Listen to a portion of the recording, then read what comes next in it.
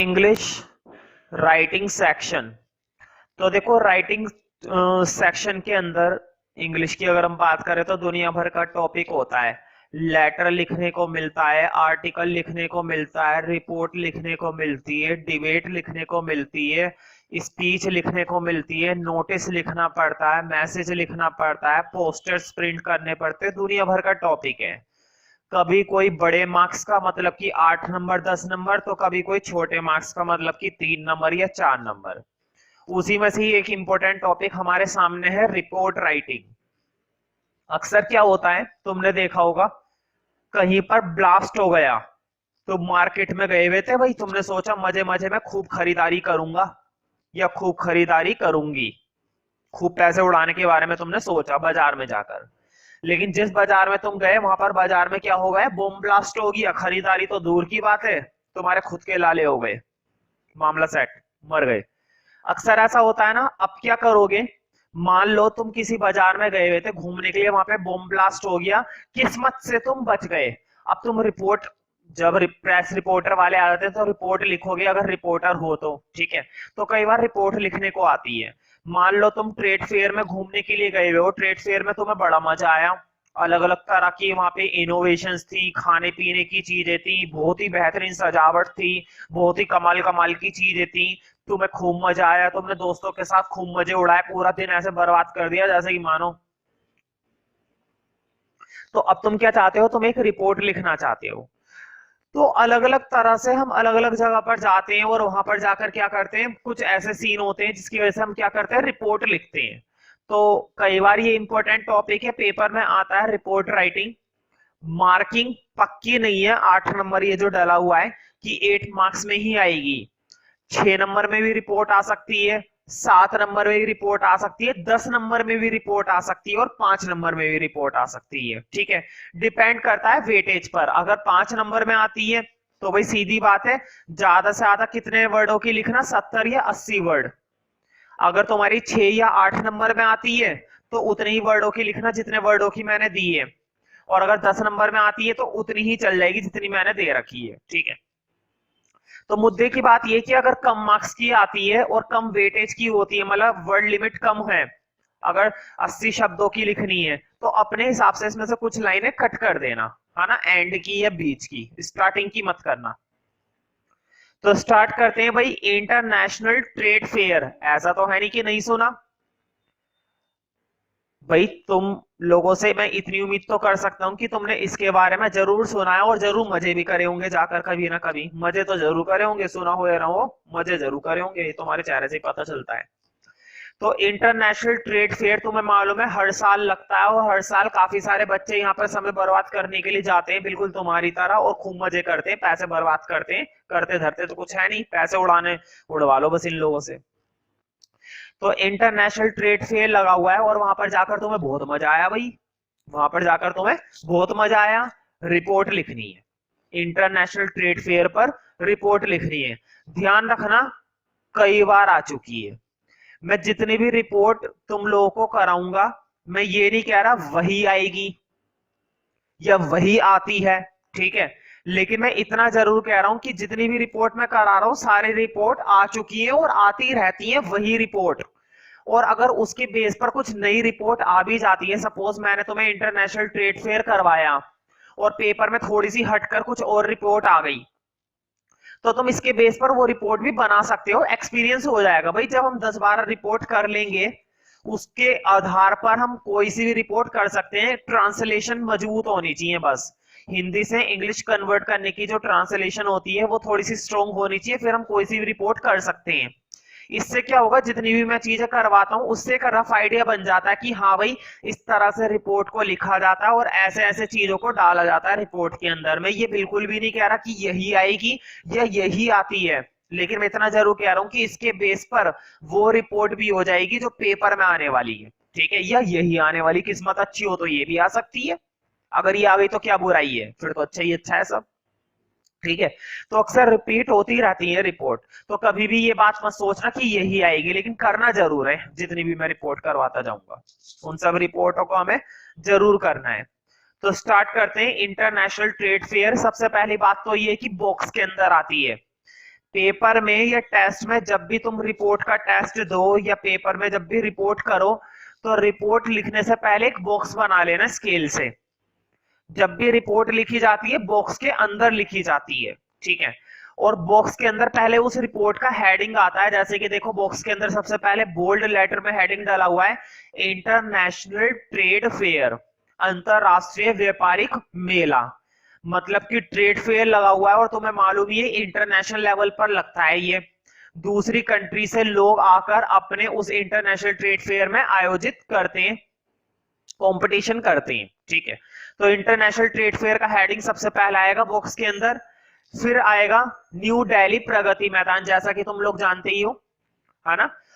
अब देखो आगे डेट के लिए कॉलम डाला हुआ है खाली। यहां पर वो डेट डालनी है जिस दिन तुम रिपोर्ट लिख रहे हो। ध्यान से सुनो मेरी बात को, इस डेट तक के ही सिर्फ एक नंबर हो जाता, अगर ये गलत डेट डाल दी गड़बड़ हो जाएगी।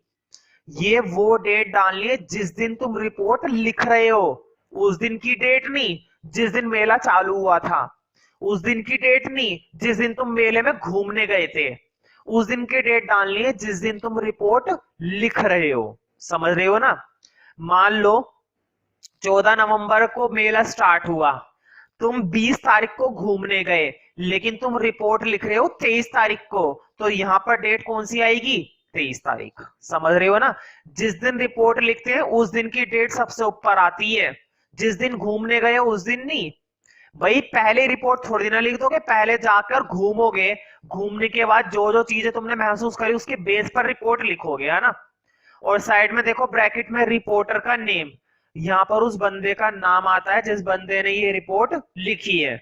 इसके दो तरीके होते हैं, या तो रिपोर्टर का नाम तुम सबसे ऊपर भी लिख सकते हो जैसा कि मैंने ब्रैकेट में कॉलम दे रखा है, या फिर पूरी रिपोर्ट लिखने के बाद एंड में, बिल्कुल एंड में लेफ्ट साइड में तुम नाम लिख सकते हो, जैसे लेटर में लिखते हैं ना, लेटर में सब कुछ होने के बाद एंड में नाम लिखा जाता है। रिपोर्ट में भी तुम इस तरह से लिख सकते हो, स्टार्टिंग में लिखो चाहे एंड में लिखो, कोई फर्क नहीं पड़ता, दोनों ही सही है। अब स्टार्ट करते हैं। तो सबसे पहले जगह का नाम जिसके बारे में रिपोर्ट लिखी जा रही है, प्रगति मैदान, और फिर जिस दिन रिपोर्ट लिखी जा रही है वो डेट तुम्हें यहाँ पर डालनी है। अब स्टार्ट करते हैं। The international trade fair was held at Pragati Maidan from 14th November to 28th नवंबर 2000। तो देखो मैंने 2000 का कॉलम खाली छोड़ रखा है, इसमें वो ईयर आएगा जिस साल तुमने रिपोर्ट लिखी है, ठीक है। खैर, अंतरराष्ट्रीय व्यापारिक मेला आयोजित किया गया प्रगति मैदान पर 14 नवंबर से 28 नवंबर 2000, जो भी है ये 2017, 2018, 2025, जो भी ईयर है जिस साल तुमने रिपोर्ट लिखी है। I visited the International Trade Fair on 17th नवंबर। तुम इस मेले में कब घूमने गए जरूरी थोड़ी ना है 14 तारीख को आयोजित किया गया था तो तुम पहले दिन ही चले गए, है ना। तुम कब घूमने गए? 17 तारीख को, 17 नवंबर को। I visited the International Trade Fair on 17th नवंबर। 17 नवंबर को मैं अंतरराष्ट्रीय व्यापारिक मेला घूमने गया।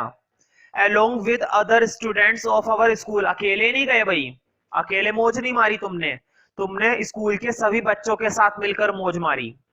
तो स्कूल के सभी बच्चों के साथ, स्टूडेंट्स के साथ तुम गए। दिस ईयर अब मेले के बारे में बताएंगे कि मेले में क्या क्या था, आखिर क्या क्या झंडे तुमने वहां पे जाके गाड़े, क्या क्या मजे करे। This year the focus of the fair was on the automobile industry. इस साल जो मेन फोकस था, सबसे ज्यादा फोकस कहां पर था इस साल? मेन ऑटोमोबाइल इंडस्ट्रीज पर। ऑटोमोबाइल मतलब जैसे कि ये तुम्हारा 2 व्हीलर हो गए, 3 व्हीलर, 4 व्हीलर, इस तरह से कार इंडस्ट्री हो गया, ट्रक वगैरह हो गया, ऑटो रिक्शा वगैरह हो गया, ये सब उसे कहते हैं ऑटोमोबाइल इंडस्ट्री। मतलब मेन मुद्दे की चीज, सबसे बड़ी बड़ी चीजों के स्टॉल थे, वो कौन से थे? Automobile industry. सबसे ज्यादा लोगों ने किसके स्टॉल लगा रखे थे, किसकी शॉप्स लगी हुई थी, किसके शोरूम्स थे वहां पर? ऑटोमोबाइल इंडस्ट्री के।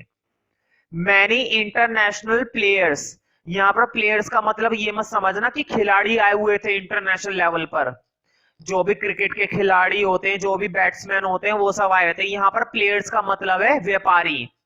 जो भी अंतरराष्ट्रीय लेवल पर बड़े बड़े व्यापारी थे ना हमारे देश के, दूसरे देशों के जितने भी बड़े बड़े लेवल पर व्यापारी थे वो सारे व्यापारी वहां पर आए हुए थे। देखो, मैनी इंटरनेशनल प्लेयर्स, यहाँ पर प्लेयर्स का मतलब तुम ट्रेडर्स भी कह सकते हो, ठीक है। प्लेयर्स का मतलब यहाँ पर खिलाड़ी नहीं है, लेकिन लिखना प्लेयर्स। ये प्लेयर्स का मतलब यहाँ पर ये है कि जो बड़े बड़े लेवल पर व्यापार करते हैं, अपना माल एक दूसरे देश को बेचते हैं और दूसरे देशों से खरीदते हैं, उन्हें कहते हैं इंटरनेशनल प्लेयर्स। जो खरीदने बेचने का काम कर रहे हैं, खेलने का काम नहीं कर रहे। तो जो इंटरनेशनल प्लेयर्स थे who wish to launch their mid size and luxury cars, जिनकी इच्छा थी अपनी छोटी साइज की कार को लॉन्च करना, लग्जरी कार्स को लॉन्च करना in the future, were competing for the Indian market, वो भी इंडियन मार्केट के अंदर प्रतियोगिता कर रहे थे। कहने का मतलब ये कि जो इंटरनेशनल ट्रेड फेयर था जिसमें हम घूमने गए हुए थे, वहां पर सिर्फ अपनी ही दुकानें नहीं थी, वहां पर सिर्फ अपने ही इंडियन प्लेयर्स नहीं थे, वहां पे दूसरे प्लेयर्स भी थे। वहां पे दूसरे देशों से आए हुए इंडस्ट्री के मालिक, इंटरनेशनल प्लेयर्स भी थे, जिन्होंने अपनी लग्जरी कार्स को लॉन्च करने की इच्छा दिखाई, जिन्होंने कंपटीशन करा वहां पर।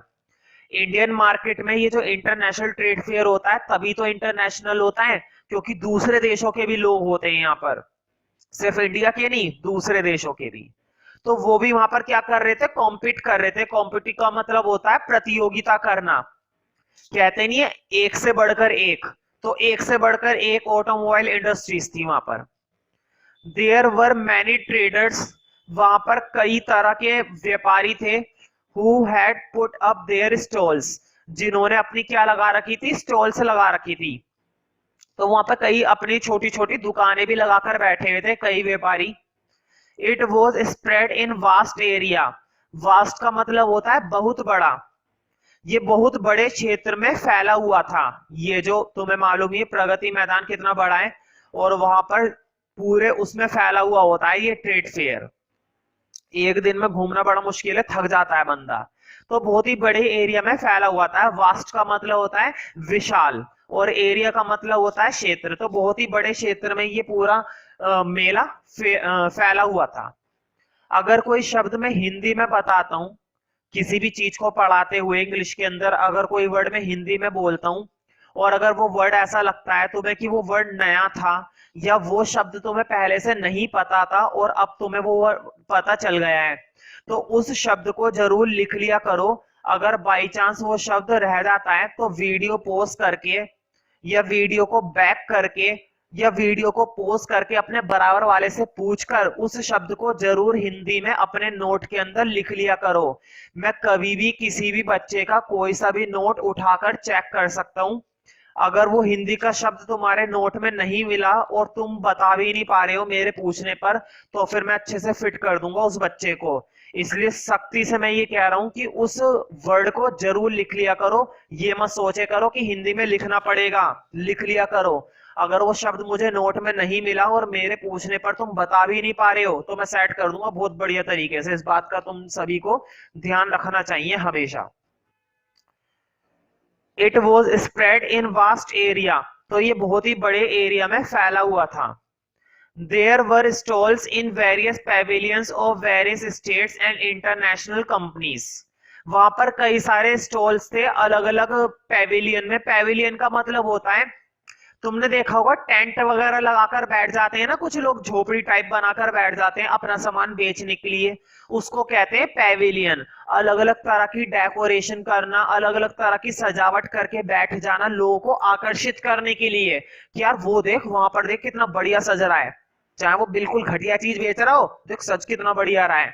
तो वहां पर भाग जाते हैं, तुम्हारे जैसे मूर्ख वहां पे भाग जाते हैं।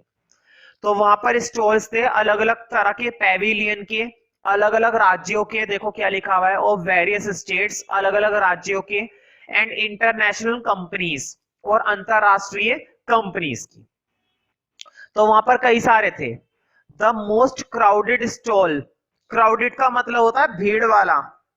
सबसे ज्यादा जो भीड़ वाली स्टॉल थी वो क्या थी, ईटेबल, भाई खाने पीने की चीज है। एक से भुक्कड़ लोग होते हैं भाई, खाने पीने की चीजों पर ऐसे टूटते हैं जैसे जिंदगी में कभी कुछ खाया ही नहीं है।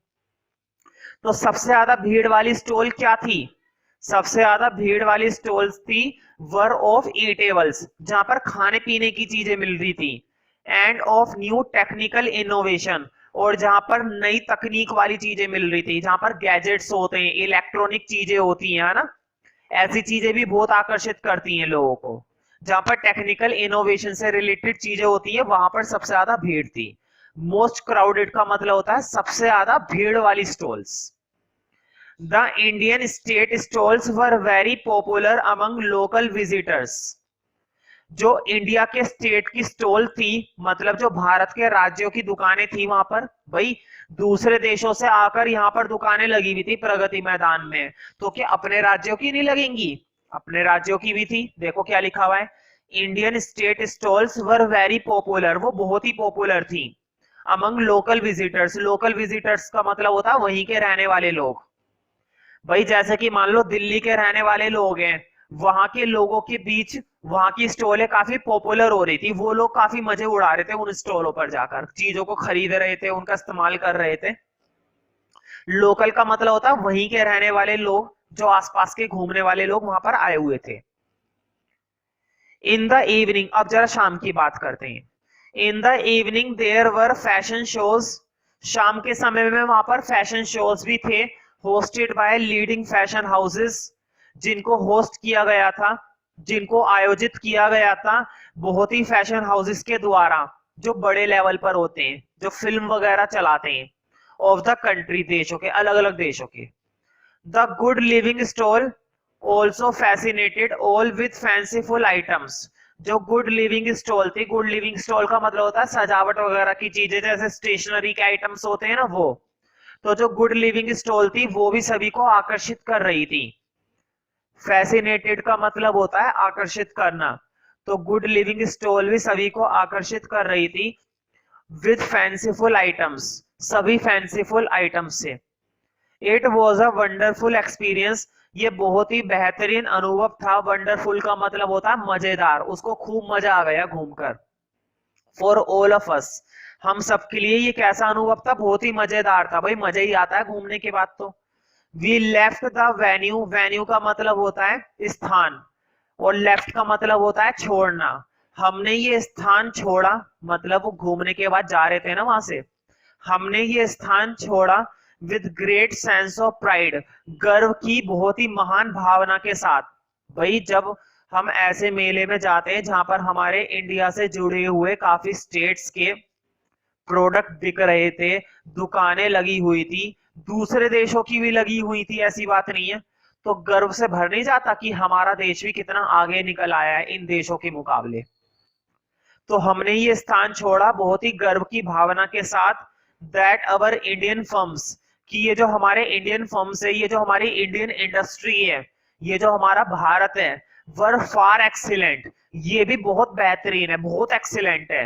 And we were no less, और हम किसी से वहां पर जरा से भी कम नहीं थे। जितने पावरफुल दूसरे देशों ने अपनी दुकानें लगा रखी थी, दूसरे इंडस्ट्री वगैरह आए हुए थे, दूसरे प्रोडक्ट बेच रहे थे अपने, बिल्कुल उसी प्रकार हमारी चीजें भी वहां पर बिक रही थी, और हम भी वहां पर किसी से कम नहीं थे। तो हमें खूब मजा आया और गर्व की भावना से हम भर गए।